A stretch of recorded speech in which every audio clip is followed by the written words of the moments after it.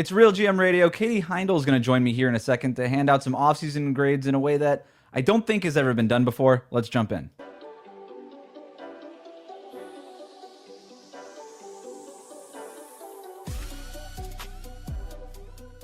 All right, Katie Heindl is here. You can check out her newsletter, Basketball Feelings, where recent topics include Las Vegas, LeBron James, the Odyssey. She is here to help me hand out some vibes grades for some of the more interesting teams this offseason. Katie, thanks so much for jumping on. Tell me a little bit, how have the vibes been for your summer so far? You know what? They've been good. First of all, thanks for having me. Always a pleasure, Wes, to be with you. And they felt a little bit like maybe slow to get started. I didn't like summer didn't start like that, as it usually seems to. But I think summer league, post summer league, maybe this is also realizing how much of creatures of habit we are, where that in some way kind of signals like the true end of the NBA season for us. But once I got through summer league and got home, it feels like, all right, like we're coasting headfirst into summer. It's so interesting that you said, I felt the same exact way, and I think I know what the culprit is. I think it's LeBron. I think we could blame LeBron because you're right. After Summer League, we're like, okay, no news, nothing really to catch up on. Like, we can kind of slow down. And like, no, we still have this LeBron thing hanging over us. We got to figure out what's going on that. And now that the LeBron thing was in, he does it on a Friday afternoon, little Friday news dump for us. And then I went into this weekend for the first time. I felt like it was just a slow, casual, kind of summer type of weekend. So I blame LeBron James. One of the many things that LeBron has been blamed for in his life. I'm going to blame him for delaying summer. I was very happy for LeBron to I'm like, he must feel like maybe it's like a nice vacation for him to not go to summer league for the first time in ages. Like when you're not tied to any team, you don't have to go. Right. He doesn't have to like awkwardly not sit on the same side as Russell Westbrook. Yep. It was just that there's a freedom, I think, in that. Real freedom. So, like I said, we are going to hand out vibes grades for some of the interesting teams that I want to talk to you about. And I'm going to throw you a handful of teams, and you're basically going to tell me, do they fall into one of these three categories? Do the vibes need work? Are the vibes strong? Or are the vibes immaculate? And so we could talk about it from there. But let's start with LeBron's new team, the Philadelphia 76ers, Katie. The vibes right now in Philadelphia are what? Strange. Okay, we went off the board right away. We did go off the board. They're not immaculate, nor are they bad. I also don't think they're middling vibes. There's some jagged edges to the vibes, and some places where I'm like, how is this gonna work? I also think it's differentiated. There's not like one amalgamous vibe. I think the vibe is sort of different depending on which player you ask. If you ask Tyrese Maxey, he'd be like immaculate, amazing. Yeah, what did he post the other day? He's like, I'm feeling like Coach Cal. Amazing. Yeah, that's great. Like you can like Coach Cal's vibes are always immaculate. Yeah, Tyrese Maxey is just like always operating at that level, and we love him for it. If you ask Jaylen Brown, he might be a little bit like, oh, what happened to the team that I was promised? Right. And LeBron James, you alluded to it. I did write about it yesterday, Basketball Feelings, but this is interesting to me because it's the first time LeBron, I think, in his career, probably since he went to Miami, where he's gone to a team where he wasn't necessarily wanted or needed. And I know Miami in that era certainly wanted him, but they didn't really know the full gamut of his powers yet, we could say, right? And after that, it was like LeBron's in demand anywhere he wants to go. But this is the first time it's like, team didn't really need him. They're competitively, I think, fairly complete without him. They also didn't seem to me like some of these other suitors that we saw in the mix, right? Like really pining, like openly for LeBron, like a little bit desperate, like the Warriors, the Cavs. I think just it seemed like, oh, this like kind of sweet honeymoon homecoming. To me, it seemed like the oh my god, I almost said the Celtics, the Sixers by comparison kept it pretty cool. So to me, like, I don't know what the vibes are there. So that's what I mean. Like the vibes, they're changeable. They're sort of shifting. I think you might be right. I also think it depends on who you, like what Sixers fan you ask, right? Because I think there's a Philadelphia Sixers fan that's still married to like the Joel Embiid process, and they're a little bit worried about what LeBron James and the notion out there that LeBron is also the GM of every team that he joins, and is he going to mess this up like what we got? So we just traded Paul George for Jaylen Brown. Oh my God, like we're just playing with free money right now, and then LeBron James comes in, and you're like, whoa, is he going to kind of shake up what we got going here? We kind of feel like we got a good thing going for the first time in a long time. But the Jaylen Brown vibes to me are very interesting here. I don't really know what to make of it because my mind did go there where, he went from first option, then kind of sometimes second option in Boston last year to third, fourth option sometimes in Philadelphia. Like, I don't think that that's ideally what he wanted. And I think winning matters to Jaylen Brown. I don't doubt that, but he was winning in Boston. So it's like, okay, he's going to go from winning a championship 2 years ago in Boston to moving to the rival in Philadelphia and then getting a lesser role than he had with the Celtics. So I don't know what cost. I also don't know that Jaylen Brown, like you said, Tyrese Maxey, the vibes are always immaculate. Doesn't really matter. For Jaylen Brown, the vibes are never immaculate. Yeah. Somebody's always hating on him. There's always a problem. There's a media member that's not giving him enough respect. So I maybe it doesn't make a difference for Jaylen Brown. I mean, maybe Maxey is the great sort of like buffer cloth. Like he can shine everybody up, right? That's like, right. So I think does some of that rub off on him? I thought when it was just Jaylen and Maxey, and it's funny, it's like I haven't even mentioned Embiid. Like he's not, it just doesn't factor in some way. I mean, to me, that's squarely Maxey's team. And I thought when Jaylen Brown got added, it's like, okay, I think Maxey can play this in such a way where he's welcoming him, he's like, it'll be our team together. Whereas I think, he's still sort of steering not just the ship, but I think also the way that they play. And yeah, to your point, like LeBron, even if he's copped to the fact, like this is sort of a backseat role, like a small contract, like 2 years is interesting to me because there's a bit of a promise in that too. It's not just a 1 year as we've seen him do over and over, but I think it's like old habits die extremely hard. And there's a meticulousness to LeBron where I don't think he can really help, but peek into the front office. Like what's going on in here? Like, what do you guys got planned? So that's the part that kind of that holds me up right now. It's not, I don't want to paint this as negative vibes. It's if anything, it's like, this is probably the team whose vibes I am the most curious to see play out because I think they will be a little mercurial and change throughout the season. It feels like the vibes can vary on a day-to-day basis because very Maxey is a vibes machine. I think LeBron, for all the things he is, he could be passive-aggressive at times, but if you've ever been in a locker room with LeBron James, LeBron has like a jovial kind of celebratory type of way about him. Most of the locker rooms he's in is sort of a positive type of Harlem Shakes kind of vibe. Embiid can kind of go one way or the other, really depending on whether or not he's got a facial fracture or not or whatever. But like, if he's got some sort of horrible injury, vibes not so good with him. If things are going well, Embiid's like a vibes guy, right? Shirley Temple's the whole thing. Jaylen Brown is that other personality. And I just think that person, I do wonder how that locker room ends up getting split, right? And I do wonder if you got the Maxey bouncy guy over here, Jaylen Brown, the self-serious thinker over here, and then you've got LeBron and Embiid that are kind of just like in the middle, depending on how things are going.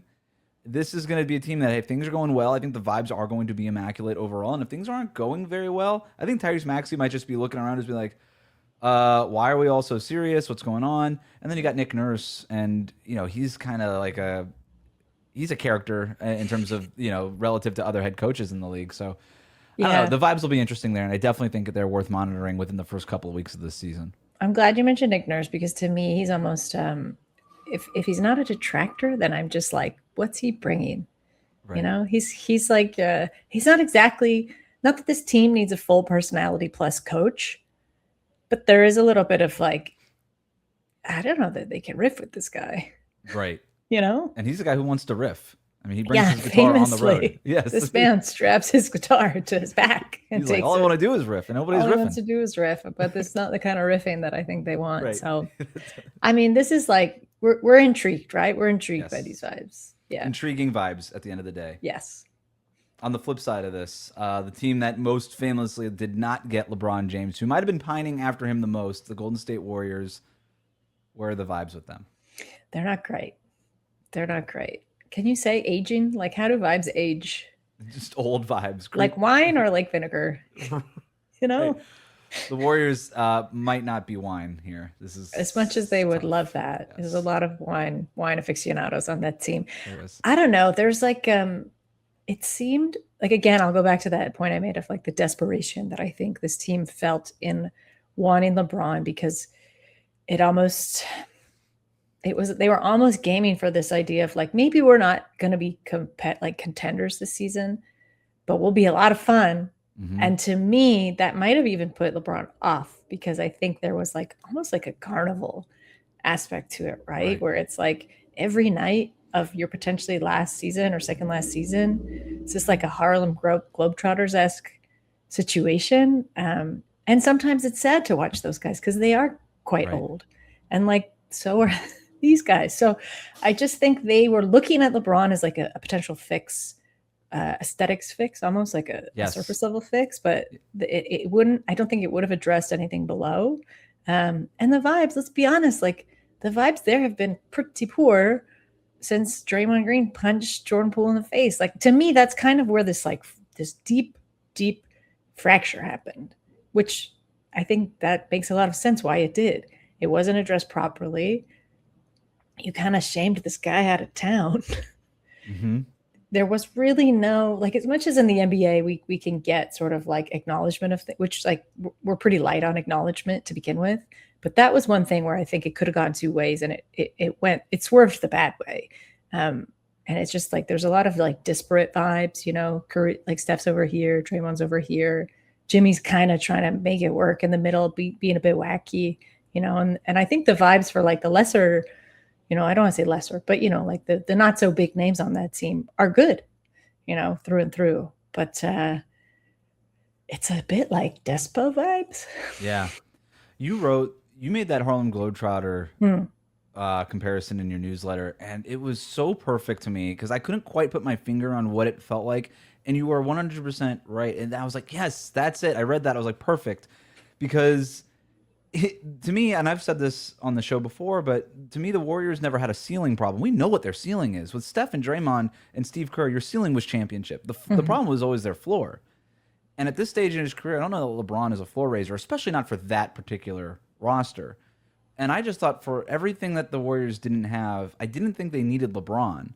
I think they needed some high-end rotation guys who are younger and available and can just play 70-plus games in a year, so that Steph didn't have to run the entire offense and be the entire offense, and that Draymond didn't have to be the only good defensive player every given night.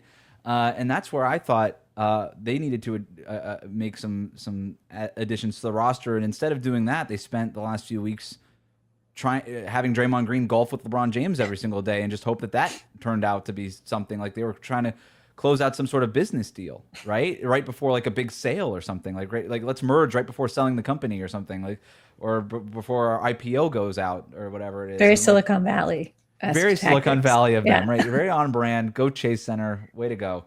To me, LeBron not going to the Warriors was a vibes saver, and because I had, like I said, I had the same read as you. I'm like, this doesn't feel this always felt icky to me before I knew like the how to describe it as well as you could describe it. Like I was like, I just kept saying it felt icky. I didn't like it.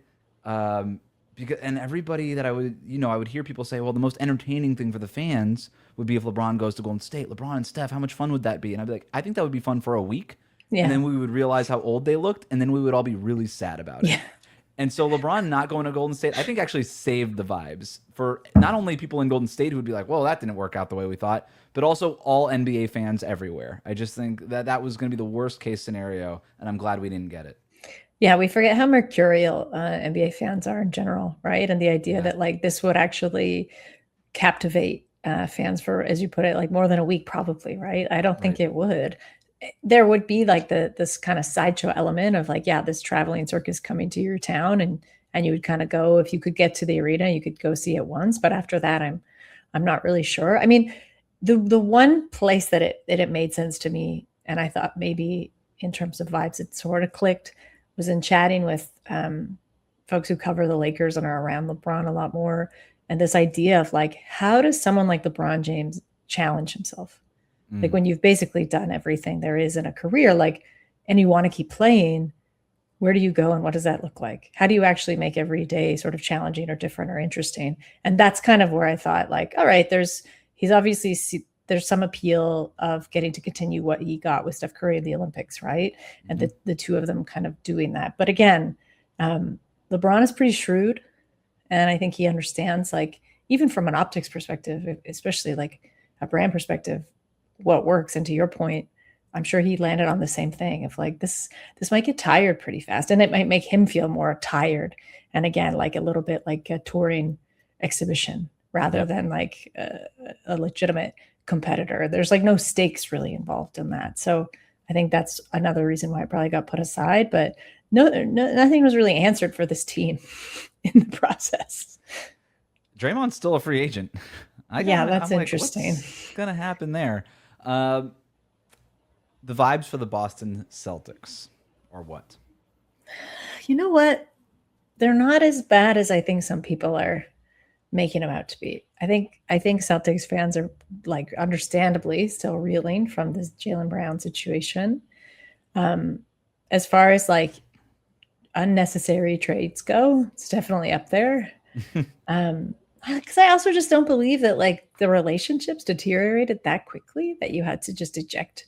There was no other option. Like, you had to just eject this guy. Anyway, so I think getting over that, but some intriguing additions. I sort of like the heelness of Mitchell Robinson winding up in Boston, like a big rival team. Like, I think that's a challenge. He's kind of, for a pretty, seems like chillish guy. Right. That seems like a real invitation into getting on the bad vibe side of New York fans. But, we all make our choices. Missoula, I have come to really appreciate as like me too. Almost like for all his eccentricities, he really keeps the vibes level. Because you constantly know what to expect, right? Like when he ratchets things up, it's not really that different from when he like is having a terrible week. He just kind of keeps things pretty steady. And I don't think materially anything has sort of changed for him. I guess the shooting is a lot different, but we'll see what happens. Right. I think the vibes are actually I will say they are on the upswing, because I think if anything, this gives room for Jason Tatum to really like fulsomely, if he ever felt any trepidation of like stepping into the leadership role fully, there's none of that now. Right. And the vibes are kind of on him. They are. And Missoula, to your point. Missoula. I was in a locker room with Joe Missoula once in the Celtics visiting locker room here in Miami, and he just did a somersault in the middle of the locker room. We love that. And everybody was just, and even it was his first year, and all the players were like I remember Marcus Smart just being like, "What was that all about?" It was just like, okay, you gotta keep him guessing. You gotta keep him guessing. And I think he walked out. He's like, "None of you guys could do that." And then he left the locker room, and like all the players were like, "We can definitely all do that." So whatever. The very interesting guy, and I have also come to appreciate him and look forward to these press conferences that he does. I'm agreeing with you again. I think the vibes are on the upswing. The Jaylen Brown trade to me was a vibes trade. They clearly just didn't want him around. It was a little weird, but as quickly as they tried to get him to go, and they did not let this thing string out. Now, I also think that that's part of Brad Stevens' nature. If you go back to the off seasons when Brad Stevens has been in charge, they tend to get their homework done early. They don't really want to string out their big decisions. They want to just get it done and then kind of move into their off-season portion of the off-season and then get into training camp. Like, they really want to get their homework done early. So maybe this is just, hey, Brad Stevens keeping to his schedule, but when also you're trading somebody at that level of Jaylen Brown, maybe hold out for something better than Paul George and 2 first-round picks. But hey, here we are. Paul George, beloved in every locker room. Sorry, I literally forgot about Paul George. Oops. Beloved in every locker room he's ever been a part of. Not a better player than Jaylen Brown, but I would say a more compatible vibes guy than Jaylen Brown. And I don't want it to sound like I'm not. It feels like this whole, like the first 20 minutes of this show, I've been knocking Jaylen Brown. I don't mean to do that. I just mean he's a specific kind of player. He's a different kind of cat, and it doesn't work in every locker room, right? With a guy like that. With Paul George, he's just like, he's assimilating to everything he's in. He's a vibes guy. So I actually think the vibes might be on the upswing, and there's all big interest from Boston fans in like what this means for Peyton Pritchard. And as good and unexpected as last year was for the Celtics, you would have thought the vibes would have been stronger, but they never really got to like peak. Oh my God, this is like the team of destiny kind of stuff. Because obviously, they weren't. They didn't win the championship, and the way that they lost in the playoffs was, I think, disappointing for Celtics fans. I'll say that. Did you saw that video? Everybody saw the video of that young kid figuring out that Jaylen Brown, his favorite player, was traded, and he like burst out into tears. And then people were like holding this up as like a reason why the second apron is evil, as if that kid even knows what the second apron is. Yeah. That video made me so happy.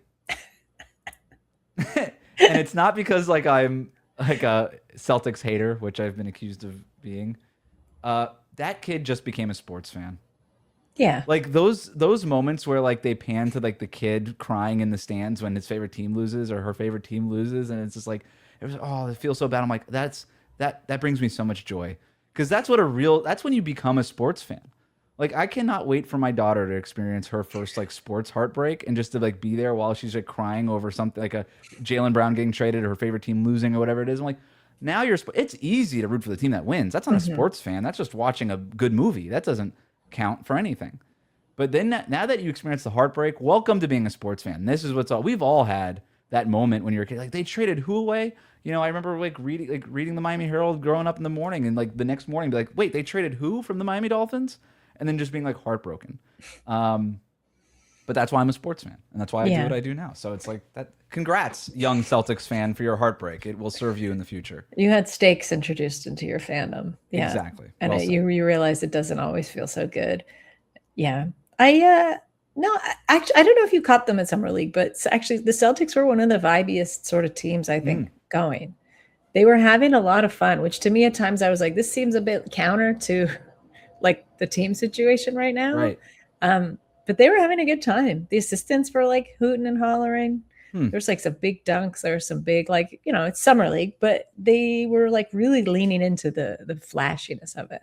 I thought that bode well. Yeah, even the Warriors Summer League team, they won, and you would think the vibes would have been good, but then you had that weird back and forth between Axel and Draymond. And it was like, what is? Yeah, we didn't even touch on that. You're so right. Like ever since Jordan Poole got punched in the face, it's been like this infighting vibes with the Warriors ever since. And then you got Klay Thompson versus the coaching staff, and then he leaves, and it's been weird. Yeah. All right, we got time for maybe one or two more. The Timberwolves. Okay.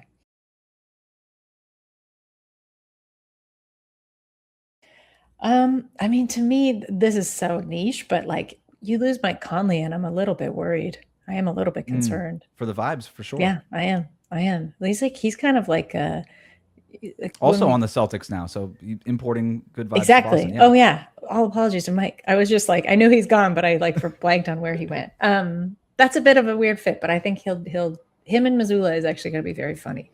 It's a great call. Some real mind games there. And like somersault contest probably.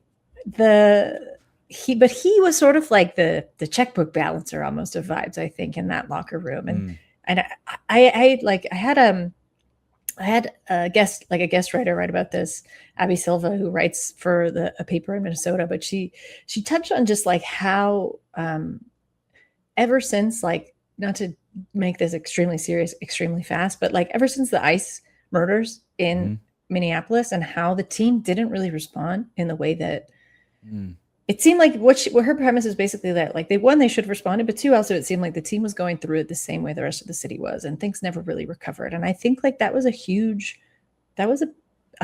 real thing that happened in the orbit of a team, especially like when the team is under a bit of a microscope to like bring the vibes back in a material and meaningful way.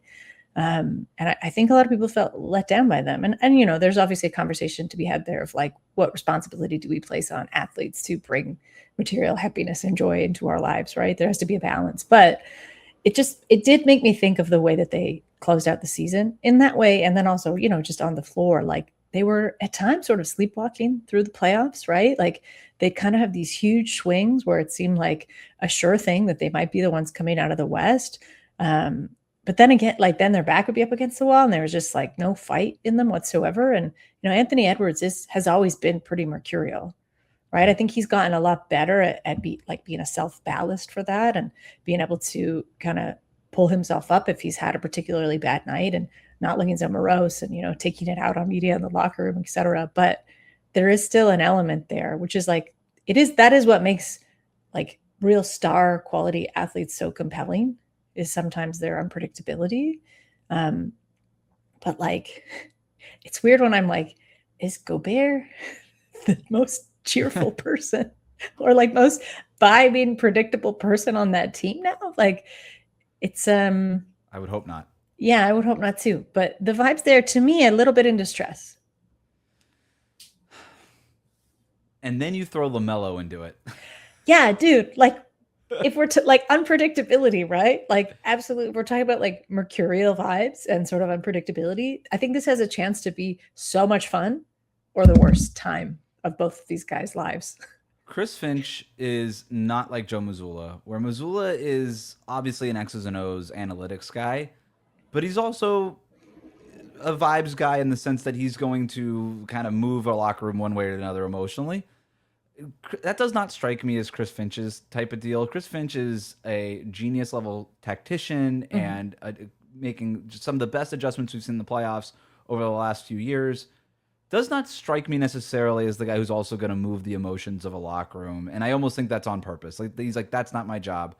That's for somebody else. And that's what makes Anthony Edwards, I think, so compelling as a character, is that he can drive those emotions. He's like just cool enough for people to follow him. And so if he's having a good time, everybody's going to have a good time. But if he's frustrated by double teams, then everybody else is going to feel that frustration throughout that locker room. And then you just throw this LaMelo Ball thing into the mix. It's kind of a grenade. It's like a slime grenade. It is this tattooed, just Hummer driving grenade that is gonna just like waltz in here and just be like, so what's the deal, guys? He's the friend that shows up with like the like everybody's having just drinking beers and he shows up with just like hard substances and you're just like, whoa, I didn't know we were taking it to like that level on a Wednesday. Tuesday night, yeah, exactly. So, but hey, could end up being a great night. So there you go.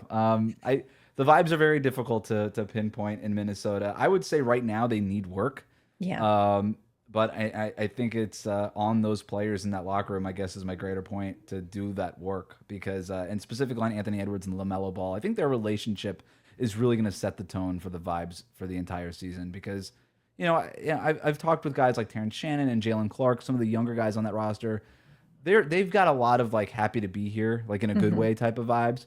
Julius Randle, for all of his on-court playoff warts, fun guy to be around, good team player, very much appreciated by most of his teammates. I know that there's a little bit of frustration towards the end, but that was, again, based some on the on-court stuff. You lose that element. I don't know. McDaniels is kind of just angry all the time. So I don't know. Yeah, he was a normal, like I think Julius Randle, that's a good call out. He was a normalizer, right? And you need those, especially it's like I just can't decide if Anthony Edwards is going to find LaMelo Ball's whole thing entertaining or annoying. That's kind of what it comes down to. Yeah. It could be like entertaining and then annoying. Yeah. And then entertaining again. I don't know. All right, give me one more wild card team that we haven't talked about that you want to talk about. Yeah, I was thinking about this, and I'll totally cop to my bias here, but I'm loving the vibes of the Canadian Atlanta Hawks. The trifecta, Canadian Atlanta Hawks. And that was a team that, to me, I was already kind of into the vibes of last season. I think they were punching above their weight, but still existing in that sweet spot under the radar, where not a lot of expectation on them yet, but like they got to have a lot of fun. I was kind of surprised at the moves and like of them, what they did. The Dort thing, totally, to me, that kind of came totally out of left field. I kind of thought the Thunder were in a place where they had decided they were going to keep him. But now all of a sudden, it's the most Canadian team in the NBA. I'm for that. I'm a Quinn diehard. Right. You want to talk about like vibe intensity. I think that will be like a pretty like it's a trope for a reason. Like, Canadians are pretty nice. They're pretty thoughtful. I think that's going to be a good locker room. Still competitive, but like a good locker room. This is such a great pick. This is why I have you on, because you're Canadian and you would think about that. And I just didn't think about that, but you're right. Like, is Atlanta just like the 11th province now? Like, do we just Could be. Yeah. adopt them? Yeah. And hey, congrats, universal healthcare. You guys all have it now. It's such a great call. Nickeil Alexander-Walker is a vibes king. Davion Mitchell, not Davion Mitchell. I just got done recording Locked On Heat. Lou Dort is just like this gritty kind of guy. But if you talk to anybody in the Thunder, was so important for the vibes of that team and brings like a matureness, despite the fact that he's not as old as people think he is for some reason. But there's like a real maturity and a grittiness to his game that I think is appreciated. And everybody else that's not even Canadian on that team is like, it just tends to be pretty good vibes. Like Jalen Johnson seems like a very no nonsense type of all-star, right? He's not this diva type. I need things to work around me. He's very happy. Just like, oh, we got CJ McCollum taking the last shot in a playoff game. Awesome. CJ McCollum also vibes king. He's great. Perfect vibes, actually. Yeah. Excellent vibes guy. The Hawks is a great pick. Vibes immaculate, I think, already for Atlanta. And they're coming off of a really exciting year. And they didn't rock the boat too bad. They're like, okay, everybody liked what we did. Let's just kind of double down on these things. Still just go get high-level rotation players that fit. And the most disappointing thing that's happened here in the last half decade, Zachary Riza-Shea, he's not on the team anymore, so we don't have to worry about that. Yeah. Yeah. There's like a snappiness to them. I really like the way that like teams like this sort of play, like controlled sort of freneticism, They're a lot of fun. And they're like, there seems to be like a gelling already. So I enjoy that. I know we're almost out of time, but quickly, I would be remiss if we didn't hear your wild card. So I thought about this a lot. I wanted to talk about the Denver Nuggets, but that ended up being my wild card. Then we got the reporting that they're matching Spencer Jones, and I'm like, okay, they're still like incomplete to me, so I don't really know what to make of them. I think we need to check in on the vibes of the Indiana Pacers. That's a good call. It's been a year since we've really cared about them. And Tyrese Haliburton is such a vibe. And I just remember like listening to Rick Carlisle talk about Haliburton and like the first practice that they had, him noticing like everything has changed. And that's the kind of just like lore that I'm just all in on from the storytelling aspect. Oh, you made this huge trade. You traded Sabonis, who had been an all-star with you and all these things. Then you get Haliburton, and then it instantly transforms everything overnight. And sometimes I hear stuff like that, and I'm like, that's not how that happened. That's too clean. It doesn't make sense. And I'm like, and then you watch them play, and I'm like, no, that totally makes sense. That's actually the only logical path for this to have taken is you were one team, this player shows up, and now you're this other team. He's got this Steve Nash quality to him that is just so engaging and so fun and to watch and compelling. And I love the additions that they've made. Like, I think Zubac for that team is going to be a really good backstop for them defensively. He's going to cover up a lot of these holes to the point where we're probably not even going to notice Zubac. And I mean that in a good way. Like, as like a good left tackle, you don't even really notice them in the NFL. It's like, yeah, I think Zubac is going to have a very similar type of quality where he's just cleaning up the board, setting good screens, and just not letting the back cuts and stuff like that Miles Turner was, very capable of allowing. Nemhard, Neesmith, like all these like tough as nails kind of dudes, like now playing for stakes again. Pascal Siakam, who's just underrated every single season, like getting him back to playing with, like he was finally like properly rated coming off that finals run, and then put up some of the best numbers of his career last year for a bad Pacers team, granted, but like again, just going back to like totally unimportant in terms of the national context of the NBA. I just think the vibes are going to be really good with this team again. Now just kind of, okay, that was that. It was bad. It was ugly. We didn't want to be there. Now we're back. Let's try to rock and roll after going, 7 games in the NBA Finals to the OKC Thunder. Let's try to get back to there. I think the vibes could be good. But the reason I think they're a wild card is because if things kind of go poorly, and Haliburton has kind of started seasons slowly during his career, if things kind of go the other way early, then we can go from like, oh my God, red alert, just this is not what we thought it was going to be. 2 years ago was a fluke. We're broken. Haliburton will never be the same. What happened to our championship window? It's closed. So that's why I think they're a wild card, because I do think it can kind of go either way. I do like that pick. I think there was something extremely like character building, and having like probably the worst season, not just for their team, but like any NBA team in recent memory, when it's just Pascal Siakam and basically TJ McConnell every night, just trying to like get a hold of something and like pick up the pieces and hold some semblance of the fact that like we were just in the finals. Like, I just can't, I still, it's something I'm so fascinated by, like the mental trip of that. Like, to reconcile with that every night, to be like, we were just in the finals and now we're the worst team in the NBA, and we essentially we're down our most important, and then some other guys as well, but like just to get so rocked, right? So I think coming out of that, I would say like you were at the bottom, like you were scraping the bottom of the barrel, right? Like you can't, even if things are a slow start, and I hear that point, and I do think that is true of Haliburton. And I would expect that too of him coming back, of the kind of injury he had, but like, he has been watching, he's been involved with the team. I think he will get, like, I think he's probably matured again in that season with the loss and everything he had to go through with his recovery, and just like watching his team be terrible.